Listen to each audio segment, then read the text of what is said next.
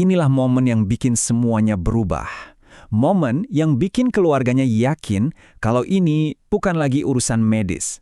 Mereka nemuin dia jongkok kayak anjing dan ngejilatin air WC.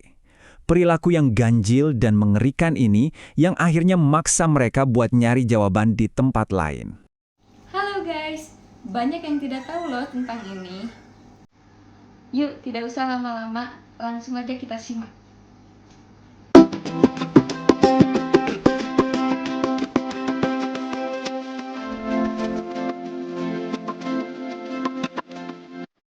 Oke, kali ini kita bakal bedah sebuah kisah nyata yang judulnya aja udah bikin penasaran, Menyakiti Tanpa Menyentuh, dari Raya Novrianto.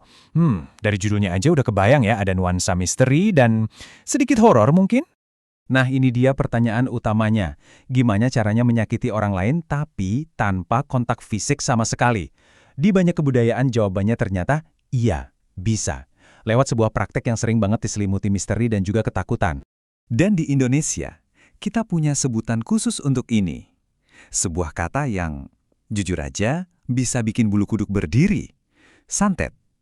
Mungkin kita sering dengar kata ini, tapi maknanya itu jauh lebih dalam dan, ya, lebih kelam dari yang kita kira. Oke, yuk kita bedah bareng-bareng. Sebenarnya santet itu apa sih? Dan menurut mereka yang percaya, gimana cara kerjanya?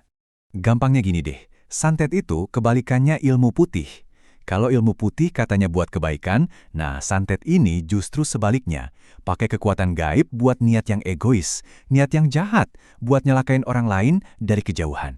Kalau kita gali lebih dalam lagi, kepercayaan ini bilang kalau santet itu nggak bekerja sendirian. Katanya ada bantuan dari makhluk-makhluk gaib, kayak jin. Tujuannya ya cuma satu, bikin orang lain sengsara. Caranya macam-macam, bisa pakai mantra, jimat, atau ritual-ritual yang cukup rumit. Tentu aja ini kontroversial banget. Ada yang percaya mati-matian ini nyata, tapi ada juga yang bilang ini semua cuma sugesti psikologis. Tapi yang mungkin paling bikin kaget, ternyata negara kita juga melihat ini dengan serius. Hukum di Indonesia bahkan mencatatnya sebagai potensi tindak pidana. Dari sisi agama, jelas-jelas ini dilarang keras. Jadi ini bukan sekedar cerita rakyat loh. Ini isu yang kompleks banget dari sisi sosial, hukum, sampai spiritual. Dan jangan salah, kepercayaan kayak gini tuh bukan hal baru. Yuk kita coba tarik waktu ke belakang buat lihat seberapa dalam praktik ini udah mengakar di sejarah Nusantara. Ternyata akarnya itu dalam banget. Bayangin nih ada naskah Sunda kuno dari abad ke-6 yang udah nyebutin praktek semacam ini sebagai cara buat menyalurkan sakit hati. Terus praktik ini makin terkenal di zaman Kerajaan Kediri. Dan puncaknya di era Majapahit, santet jadi ancaman yang dianggap sangat nyata. Sampai-sampai kerajaannya harus turun tangan bikin aturan hukum khusus buat ngatasin ini. Dan dengerin deh betapa seriusnya mereka menangani ini.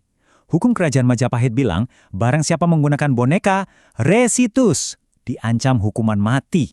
Hukuman mati loh, ini nunjukin kalau bagi mereka, ini bukan sekedar tahayul.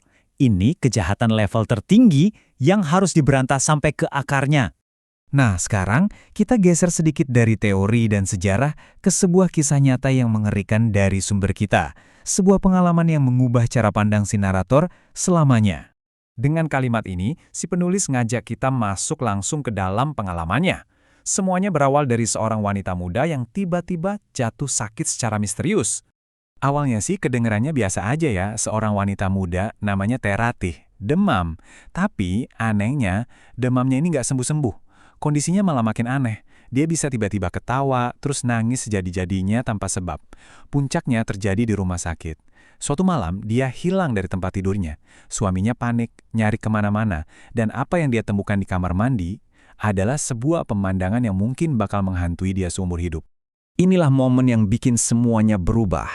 Momen yang bikin keluarganya yakin kalau ini bukan lagi urusan medis. Mereka nemuin dia jongkok kayak anjing dan ngejilatin air WC. Perilaku yang ganjil dan mengerikan ini yang akhirnya maksa mereka buat nyari jawaban di tempat lain.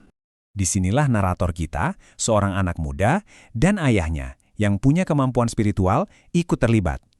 Mereka harus menempuh perjalanan di tengah kegelapan malam buat ngebantu keluarga Teh Ratih.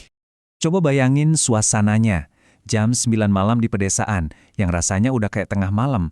Mereka naik motor, ngelewatin perkebunan teh yang gelapnya pekat banget di jalanan yang sepi dan rusak. Udara dingin dan suasananya benar-benar mencekam.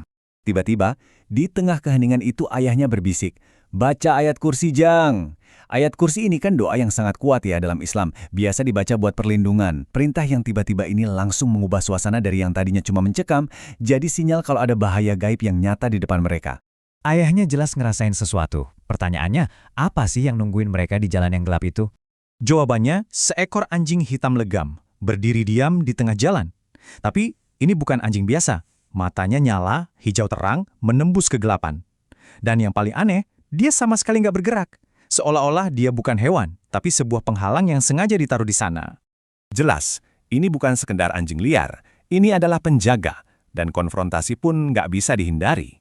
Di sini kita lihat dua reaksi yang beda banget. Si anak, narator kita, jelas ketakutan luar biasa. Dia meluk ayahnya erat-erat sambil komat kamit baca doa. Tapi ayahnya, dia tenang. Dia turun dari motor siap ngadepin apapun yang ada di depannya.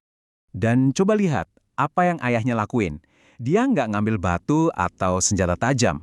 Dia cuma patahin sebatang lidi dari sapu. Senjatanya sederhana banget, karena mungkin ini emang bukan pertarungan fisik. Ini duel di alam yang lain. Mereka saling berhadapan, hening, tegang. Terus sang ayah mengayunkan lidi itu ke arah si anjing. Dan sesuatu yang luar biasa terjadi.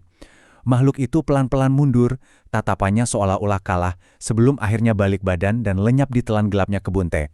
Jalan mereka sekarang terbuka. Dengan rintangan yang berhasil dilewati, mereka akhirnya sampai di rumah Teh Ratih. Mereka berhasil ngelewatin si penjaga gaib tadi. Tapi, pertarungan yang sebenarnya baru aja akan dimulai. Sumber cerita kita berhenti sampai di sini. Tepat di ambang pintu rumah itu. Dan ninggalin kita dengan satu pertanyaan besar. Kalau musuh kita nggak kelihatan, kalau lawan kita nggak bisa disentuh, terus gimana cara kita melawannya? Itulah, pada akhirnya, misteri utama dari santet. Gimana guys ceritanya? Kalau kalian suka video seperti ini, jangan lupa komen di bawah ya. Bye-bye. Goodbye.